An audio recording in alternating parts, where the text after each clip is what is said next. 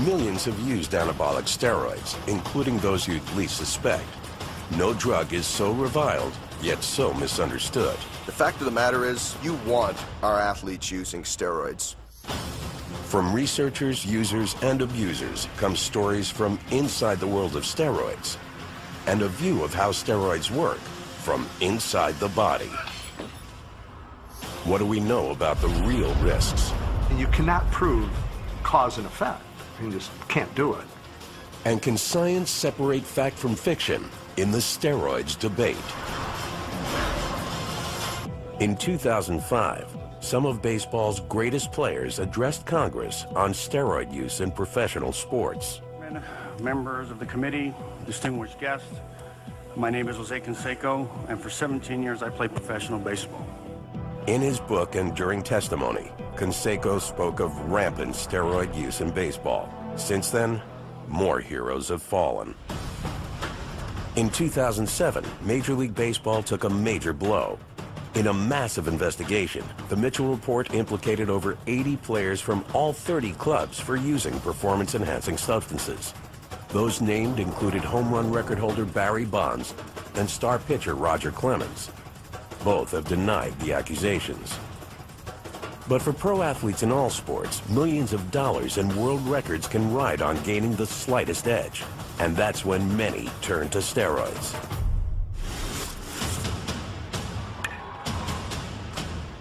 Anabolic steroids are now banned in every major sporting organization. In the U.S., anabolic steroids are also illegal without a prescription. Yet more than 1 million Americans have admitted using them illegally. The real number of users is anyone's guess. Other than pedophilia, this is the most secretive behavior I've ever encountered. I've had people admit they've hit their spouse, that they've used cocaine, heroin, amphetamines. They'll admit all that before they will anabolic steroids. In pro sports, adamant denials are par for the course. Are you taking the fifth? I'm not here to discuss the past.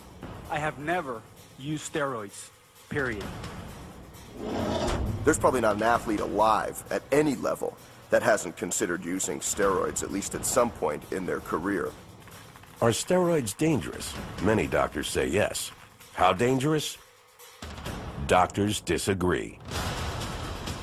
I'm far more concerned about tobacco and alcohol, methamphetamines, crystal meth, cocaine and heroin by a long shot than I am anabolic steroids.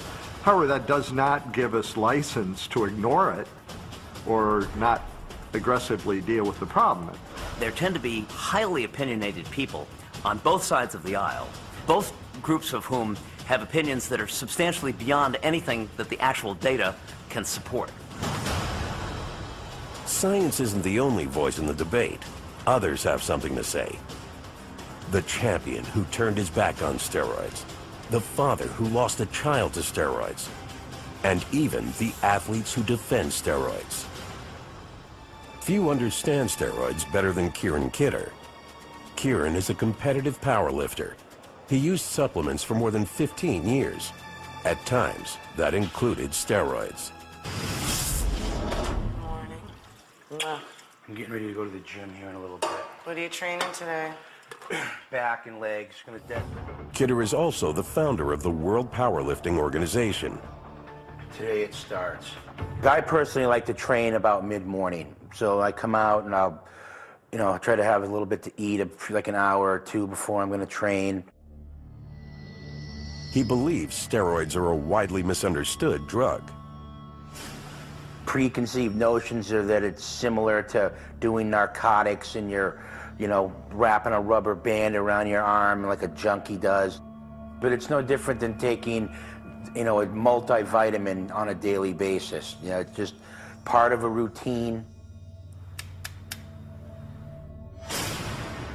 Like this shot of vitamin B12, injectable steroids are taken the exact same way.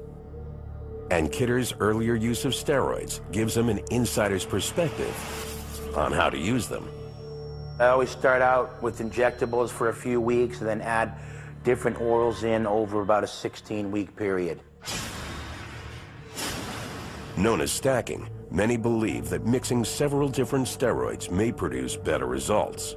It's good to have a few different compounds in you than an abundance of one. So that just keeps your receptors always clicking and popping and pulling the stuff into your body and utilizing it to the best that it can.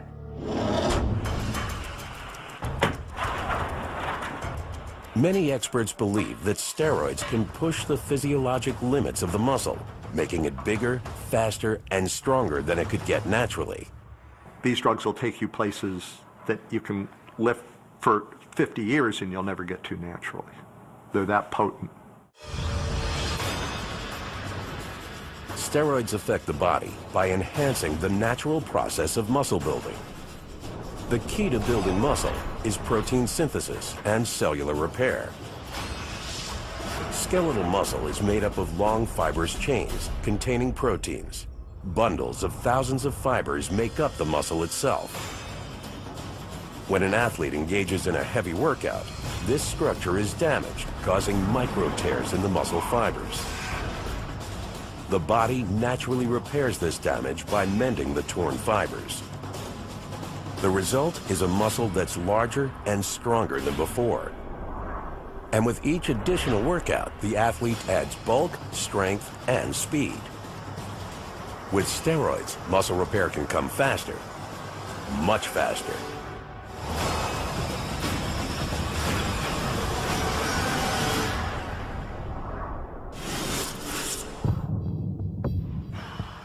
A normal person, when they work out, they're going to break down their muscle, and it takes about 48 hours in between workouts for your muscles to repair themselves. Well, anabolic steroids speed up that process. So rather than taking 48 hours, it may be only 24 hours. So you're able to work out more frequently, longer, more intensely, and then recover faster so you can work out again. Not only that, they may raise the performance ceiling of the muscle. Scientists realized the potential of anabolic steroids soon after they appeared. In 1939, German scientist Adolf Butenandt won the Nobel Prize for Chemistry for his pioneering work on testosterone.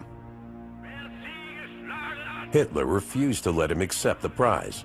But from World War to the Cold War, Germany pioneered steroids research.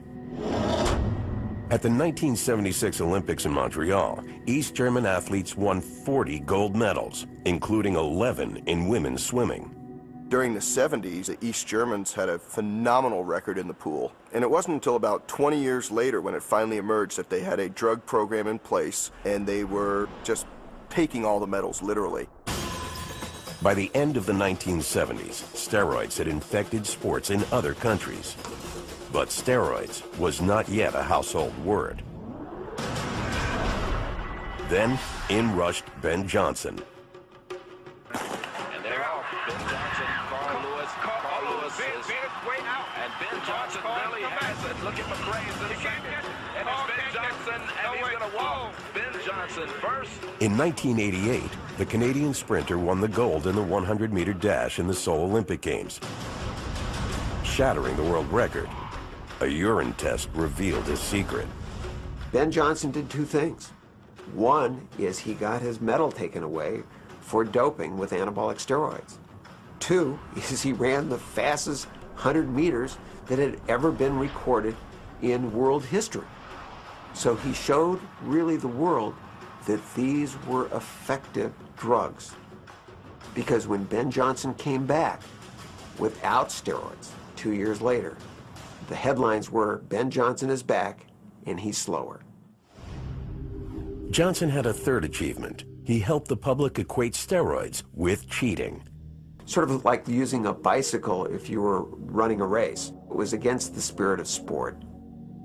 Although steroid use was deemed cheating by the rules of sport, they were not yet classified as illegal. After the Johnson scandal, the U.S. Congress held hearings on outlawing the non-medical use of anabolic steroids. Those opposed included the American Medical Association, the Food and Drug Administration, even the Drug Enforcement Administration. All testified that steroids weren't addictive and didn't meet the criteria for becoming a controlled substance. Despite this, in 1990, Congress voted to make steroids illegal without a prescription. The first shot in a war against cheating in sports had been fired. But many athletes could get around that. They could find steroids through trainers, fellow athletes, and even doctors willing to write prescriptions. And in the 90s, Kieran Kidder didn't need a prescription. He also knew where to find black market steroids. But the law was close behind. Back in 1996, I got arrested for possession of them. Somebody ratted me out, spent 4 months in jail. My whole life has never been the same since. Yet he still believes they have their place in sports. I've taken them, and I've taken lots of them. I just don't recommend that just anybody takes it. If you know what you're doing, there is a safe way of doing it. There absolutely is. Most who take steroids think there's minimum risk or low risk or risk they can handle. But that's the problem. This very powerful hormone that's going to your brain, it's going to your muscles, it's going to your liver, it's going everywhere, and it's changing you. The challenge for science is proving it. But not all steroids are created equal. For every athlete who secretly injects steroids, there's someone like this man who legally uses a different type of steroid right out in the open. There are several classes of steroids.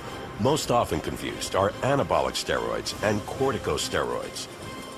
Both are synthetic versions of hormones produced naturally in the body, but they perform two completely different tasks. Athletes use anabolic steroids to build muscle. Corticosteroids are used by doctors to reduce inflammation. Everything from arthritis medication to asthma inhalers contain corticosteroids. Unlike anabolic steroids, they cannot build muscle. But anabolic steroids have their place in legitimate medicine as well. There are a few things that anabolic steroids are used for, and I use them in my practice as well. I use them for men, usually older men, who lose the ability to make their own testosterone. Other doctors prescribe steroids to treat muscle loss, anemia, stunted growth, and delayed puberty. Anabolic steroids are simply synthetic versions of testosterone, the primary male hormone. In short, they're man-made versions of natural testosterone produced in a lab instead of the body. So if we're going to give somebody testosterone, all we're doing is giving them back what their body would normally be making. It's not giving them any more than that. But if you do take more than the physiologic dose, the results can be dramatic. And chemistry may be the key to pushing the muscle beyond its natural performance envelope. For unknown reasons, when an athlete trains intensely, natural testosterone levels in the body drop precipitously, sometimes to that of a castrated man. The body also releases another hormone called glucocorticoids to reduce inflammation. But glucocorticoids have a second effect. They are catabolic, meaning they break down muscle tissue. It's a double whammy against the muscle, a drop in testosterone and an increase in muscle-wasting hormone. It's speculated that steroids affect the hormone imbalance in two ways. First, they may replenish testosterone levels after a workout, accelerating muscle repair. They may also block the muscle-wasting effects of glucocorticoids. The result is a muscle that quickly gets bigger and stronger. For athletes, inhibiting these two roadblocks to muscle building provides a huge advantage. It does take athletes to the next level. If you are swinging a bat, you can use a heavier bat, or you can swing it faster. If you're running, sprinting, you can run faster. That's why you find so many athletes using them. Steroids are incredibly effective. A young guy who eats badly, sleeps badly, smokes, drinks too much alcohol, misses half of his gym workouts, and takes steroids can blow away the most dedicated, most gifted athlete who does not take steroids in terms of sheer muscle gain. But to achieve those gains takes high doses of steroids. Most doctors prescribe anabolic steroids in what they call a physiologic dose, the amount of testosterone a man produces naturally. Some endurance athletes who want to reduce recuperation between workouts use a physiologic dose of steroids. Some sprinters with higher strength and power needs may use twice the natural amount. But what about bodybuilders and weightlifters? In some of the studies that we have done, we have encountered guys who are taking the equivalent of 100 times the natural output of testosterone. In other words, if you figure that the normal male testis manufactures between 50 and 75 milligrams of testosterone a week, we've seen guys who are taking 5,000 or 6,000 milligrams of testosterone or its equivalent per week from injections or pills. And the more you take, the bigger you can get. For many athletes, anabolic steroids seem like the proverbial fountain of youth. Steroids have profound effects. You could see results in as little as 2 weeks, maybe even less. You'll start to actually see an increase in muscle size pretty rapidly. If you train for endurance, your muscles are going to take on endurance-like characteristics. If you train for strength, your muscles are going to take on strength characteristics. And if you're going to train for size, your muscles are going to take on size-like characteristics. Most athletes have a small window of opportunity. In some sports, it may only be a few years. I can understand when an athlete comes to me, a 19-year-old kid comes to me on the brink of signing a $50 million contract, numbers that most of us can't even imagine at 19 years of age. What is your choice going to be? It's clear cut. And as bad as that sounds, as a coach, I'm telling the kids how to try to do this naturally. That's when some athletes turn to anabolic steroids for an extra edge to beat the clock and cash in on success. But the risks of indiscriminate steroid use remain undefined, and many experts fear that these users may eventually pay a medical price. In 1991, one athlete became the poster boy for steroid dangers. Former NFL player Lyle Alzado announced he was dying of central nervous system lymphoma. He blamed steroids. Yet, even in his confession, Alzado diluted the dangers. There was a double-edged sword to his comments that he made in Sports Illustrated. What he told the world is, yes, steroids cause my problem, but there is a safe way to take steroids. But not without a doctor's supervision. Experts agree the abuse of steroids comes with several undesirable side effects. Men may experience a number of short-term cosmetic changes. They can include severe acne on the back, as well as on the face. Gynecomastia, the accumulation of fat under the nipples, causing the breasts to swell. And even testicular atrophy, the shrinking of the testicles to half their normal size. For women, the androgenic or masculinizing side effects are more pronounced, including male pattern baldness, growth of facial hair, and even a permanent deepening of the voice. The breasts may also shrink and the clitoris enlarge. Other side effects are debatable. One is a spike in aggression from steroid use, known as roid rage. Atlanta authorities are investigating the bizarre murder-suicide involving professional wrestler Chris Benoit and are asking if steroids could have played a part. Animal and human studies show high doses of testosterone increase aggression. Yet few anabolic steroid users undergo a change of personality. Steroids make an unstable person more unstable. They make an aggressive person more aggressive. It's usually been a person who's had problems. So it hasn't been a Jekyll and Hyde where you've been a kind, caring, docile, friendly person and turn them into an aggressive monster. Studies suggest only a minority of users turn violent. Between 1993 and 2000, 4 double-blind clinical trials administered high doses of steroids to 109 men. Roughly 5% experienced reckless or aggressive behaviors. You can have 5 different guys who take the same dose of steroids, 4 of whom will have virtually no psychiatric changes, and 1 of whom will go completely berserk. Yet some doctors feel roid rage is exaggerated. You give me State College, Pennsylvania, in Ann Arbor, Michigan, on a football Saturday, and I will show you as many cases of alcohol-induced rage as you will see in the United States in 50 years from anabolic steroids. Roid rage isn't the only side effect under debate. People take steroids, men and women, because it works. But it comes at a price. The price, perhaps life itself. Professional bodybuilder Steve Mahalik was once Mr. USA, and Mr. America, and Mr. Universe. He was also a devout steroid user. Mahalik began using steroids in 1975 to prepare for the Mr. Universe competition.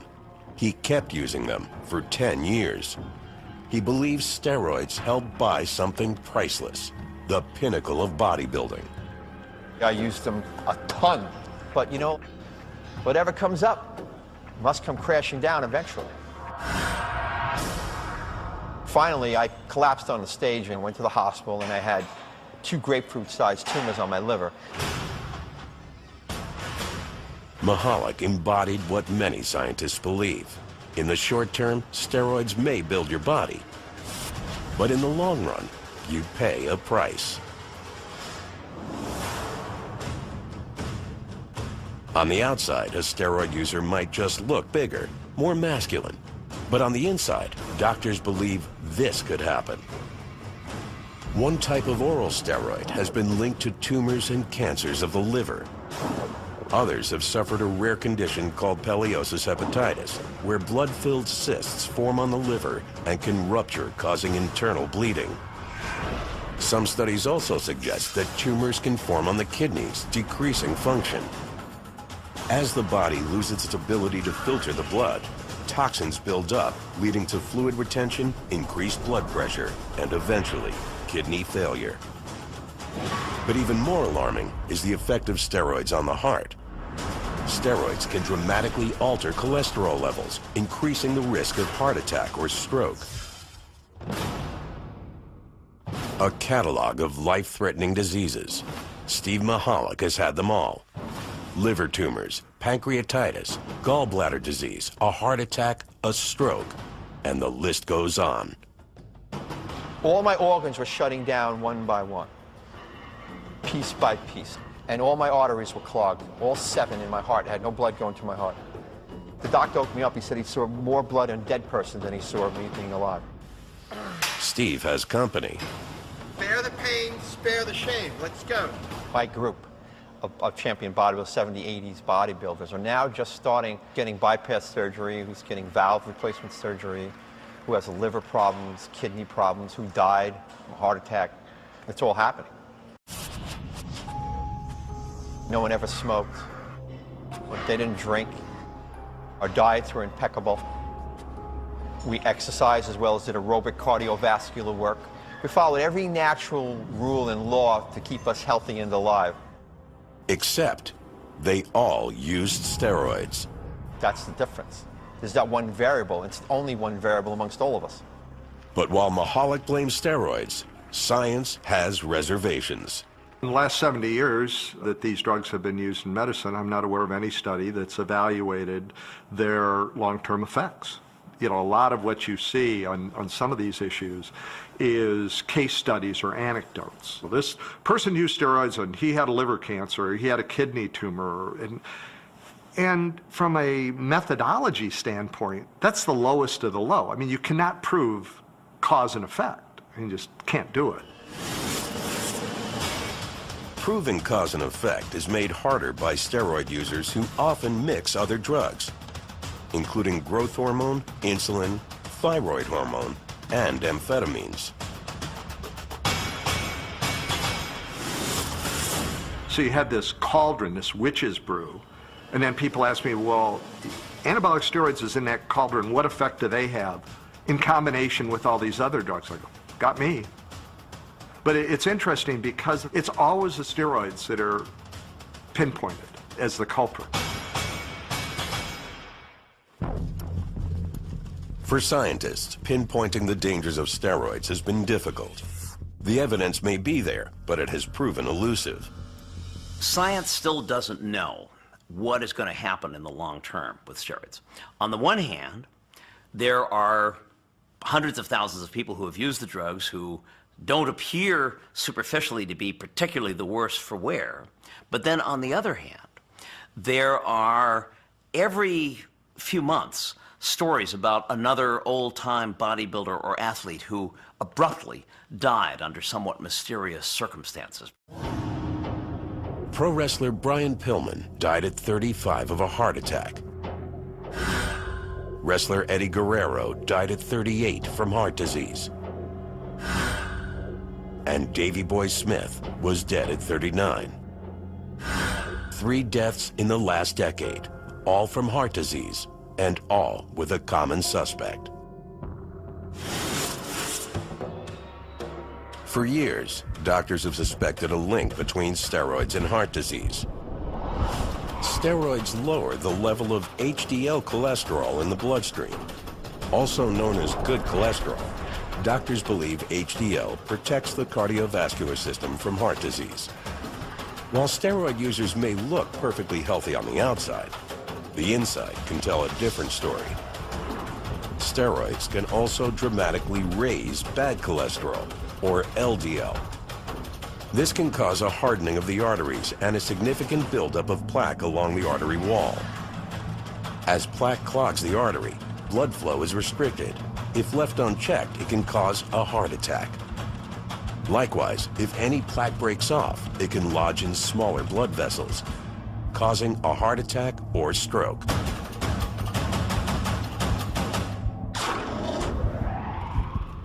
And the damage can be done after only a few years of steroid use. Exhibit A is Danny McDermott. Now a 54-year-old financial advisor, Danny was once a champion bodybuilder. Back when I was competing, and you want to be at that, national level, the international level, you could bet your competition's using steroids. So was Danny. At 36, 7 years after quitting steroids in bodybuilding, he took a body blow. The doctor came and said, you just had a massive heart attack and you're lucky to be alive.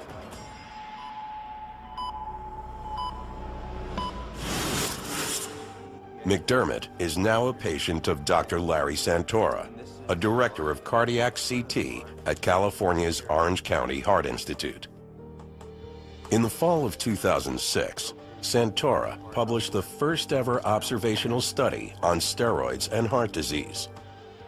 It was also the first study to use an electron beam CT scanner to see how much plaque had built up in steroid users. A significant amount had severe plaque at a very early age, in their 30s, the type of plaque that you might see in somebody in their 70s or 80s. All 3 of your major arteries, you have atherosclerosis or plaque in each of those. To get to this level of bodybuilding and a professional athlete who uses it and performs, they're going to need to take it for several years, and that's when you're going to start to see the effect. And these guys have been doing it for 10, 12, 15 years, and they're going to die suddenly. We're going to see people, instead of dying in their 70s or late 60s, in their 40s, 50s, maybe even in their mid-30s. I'm lucky that I got through all that so far, but I don't think I would do it again. Knowing what I know today, I would not do it again. Despite his findings, Santora can't prove his fears. His study group was too small to draw big conclusions. The problem with studying illicit drug use in general, and with steroids in particular, is that you just can't go out and do a laboratory study. You can't intentionally put people on steroids for 20 years to find out what happens to them, because the Human Studies Committee would not permit that. So for ethical reasons, the only way that you can study these phenomena is just to go out there in nature and see what you can find. And when you do that, there are all kinds of methodological limitations which make it hard to get convincing, solid results without the risk of some sort of distortion. As doctors search for answers, some steroid users ignore the danger signs. Some doctors blame their own profession. It took the medical community an amazingly long time to actually concede that steroids do work. Even today, you can still find, for example, in the physician's desk reference, statements that steroids have no value for enhancing athletic performance. So that having failed on that count, they were also discounted when they started talking about potential dangers of steroids because they had already lost their credibility. And with the loss of medical credibility came increased use. They're going to always be part of powerlifting and bodybuilding and strongman sports like that. But now you could go down to any high school that has, you know, big-time sporting program, and someone's going to have roids. All of the danger signs, everything we needed to know was right in front of us.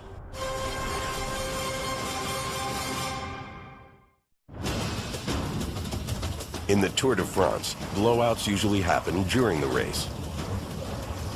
In 2006, the big blowout happened 3 days after the race ended. The Tour de France has taken yet another blow as American Floyd Landis has tested positive for steroids. It is the first. Officials announced they had found an abnormal ratio of testosterone in the urine of Floyd Landis, the American who won the Tour.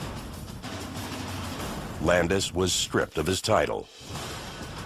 It wasn't the Tour's first steroid scandal. In 1998, so many riders were found with performance-enhancing drugs, the race was dubbed the Tour of Shame. I said years ago, and people raise their eyes, you can't win the Tour de France without drugs. It's been dirty since its inception. Not too many people are raising their eyebrows about that statement anymore. From cycling to baseball, steroids can be found in almost every sport. Now, steroids are moving into arenas where the stakes are small, but the risks are just as high. They're going to always be part of powerlifting and bodybuilding and strongman sports like that. But they really have no business, in my opinion, being in baseball and football and these games that kids start out playing in their backyards. The most detrimental thing that a teenager can do is take steroids. But they are. And Taylor Hooton was one of them. 1, 2, 3, wait! Taylor was a great kid. Always had a smile on his face, cracking jokes. Very, very popular at school, and he must have been a good-looking kid. Girls over here all the time. But he made great grades in school. He was carrying a 3.8 grade average. He'd made super scores on his SATs, and he and I were getting ready to make college visits. Taylor Hooton was an average 16-year-old high school student until January 2003. That's when he decided to try out for the varsity baseball team.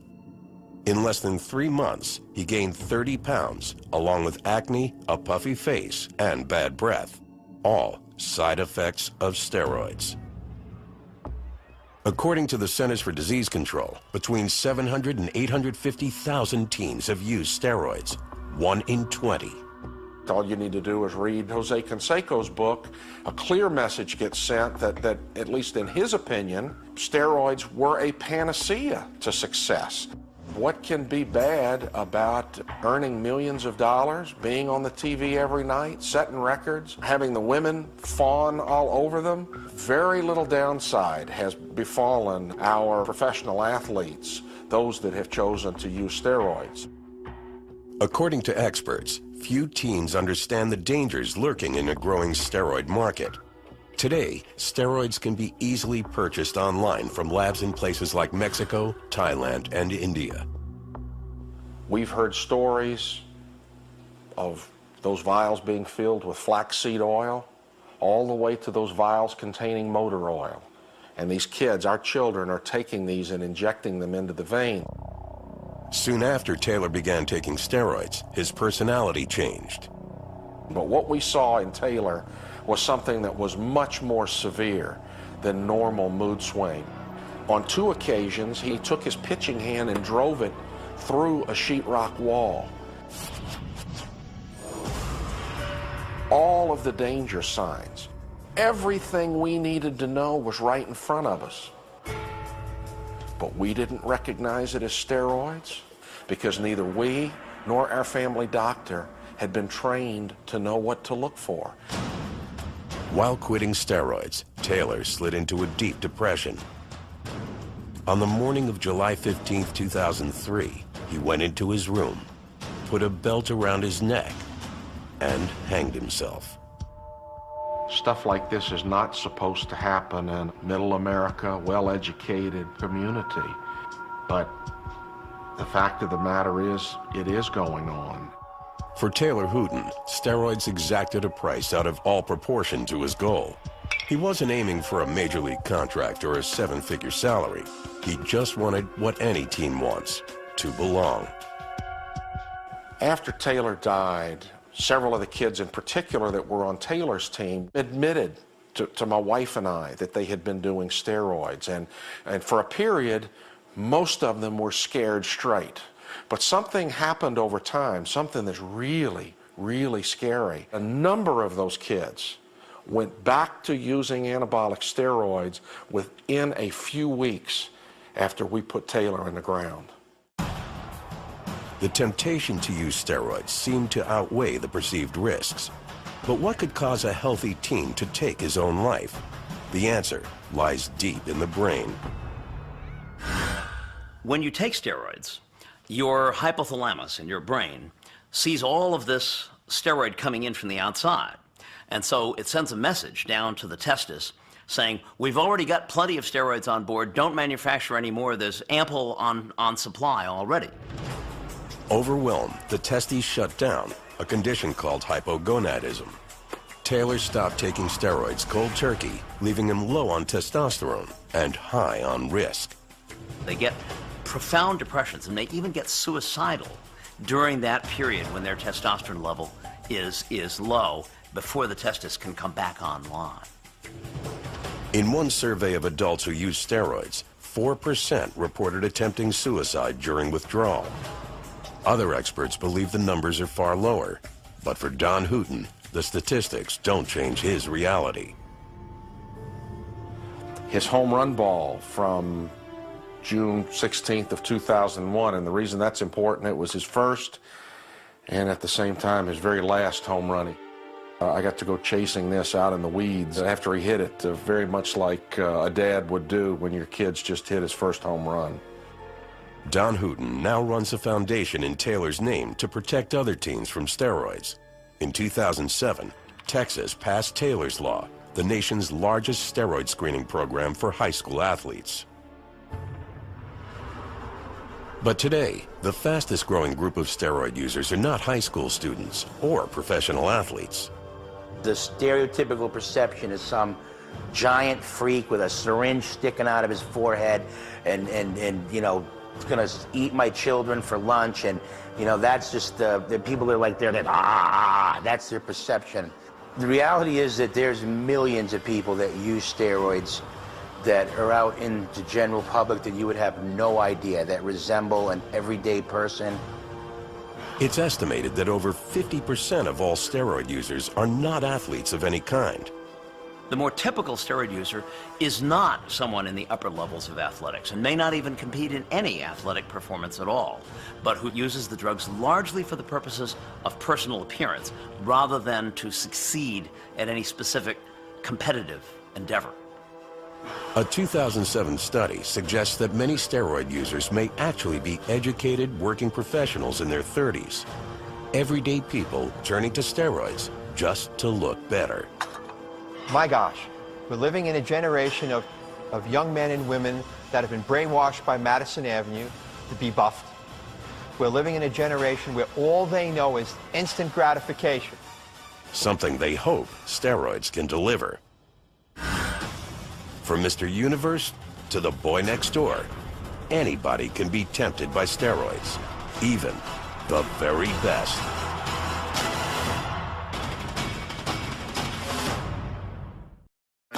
And they're out.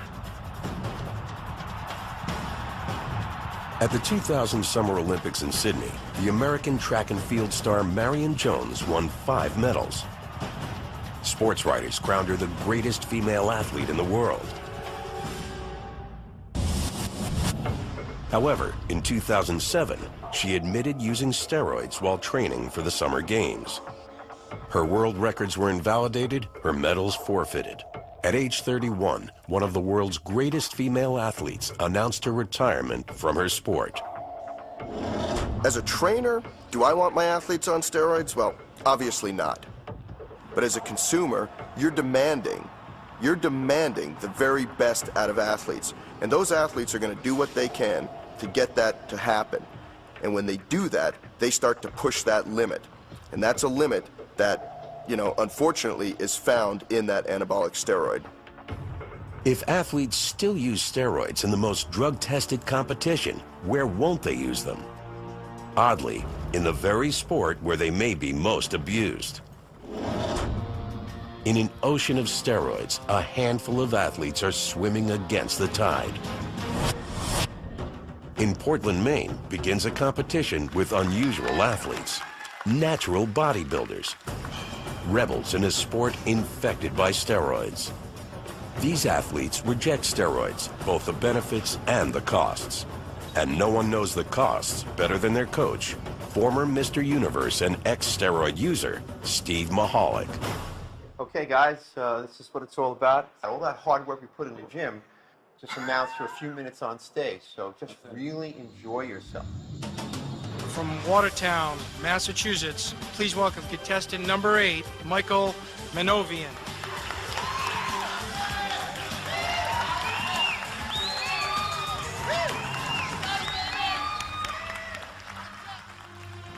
The most formidable challenger here is unseen, temptation. Winning is intoxicating, and steroids are enticing, even to a man they'd nearly killed. I will have suffered through the stroke, the heart attack, the liver disorders, the mental disorders, the mental anguish. But would I personally do it again? Yes, listen to the draw of that stuff. For one moment in time, Steve Mahalik was the best there was on planet Earth. #1. That's a hard thing to discount. Come on, everything you got. At Mahalik's gym on Long Island, he trains a new generation of bodybuilders to do as he says, not as he did. These kids and these grown men need a leader. They need someone who's been there. They need someone who can take them to the place they want to go without getting sick or ill. Bear the pain, spare the shame. Let's go. So what I try to do when a guy's sincere, I will teach them how to exercise and to have a degree of muscle that their genetics will allow them to have, and make them understand that that's as good as you're going to get. 10 more, come on. I'm looking, I'm watching their muscles. They got a lot in them. There you go, baby. All right. It's very difficult for them to win in the arena of the steroid contest and bodybuilding. You can win clean in natural contests, and you can win clean up to certain levels in pro contests. Boy, from golfer to bodybuilder. Just after that, you cannot. That's the truth. It's a harsh reality for athletes. For many, steroids can be priceless. The difference between a salary and a fortune. Between mediocrity and stardom. One of our patients was able to summarize it in just a single word, namely, why should I be Clark Kent when I can be Superman? If there was a drug available to allow a journalist to win the Pulitzer or allow me to win the Nobel Prize, I pretty well think they'd be injecting that drug on the steps of Old Main here at Penn State. Other experts place blame elsewhere. I think the people to blame are us, the consumers of sport. We want to see numbers. We want to see performances. We want to see more home runs. We want to see faster 100-meter dashes. The fact of the matter is, you want our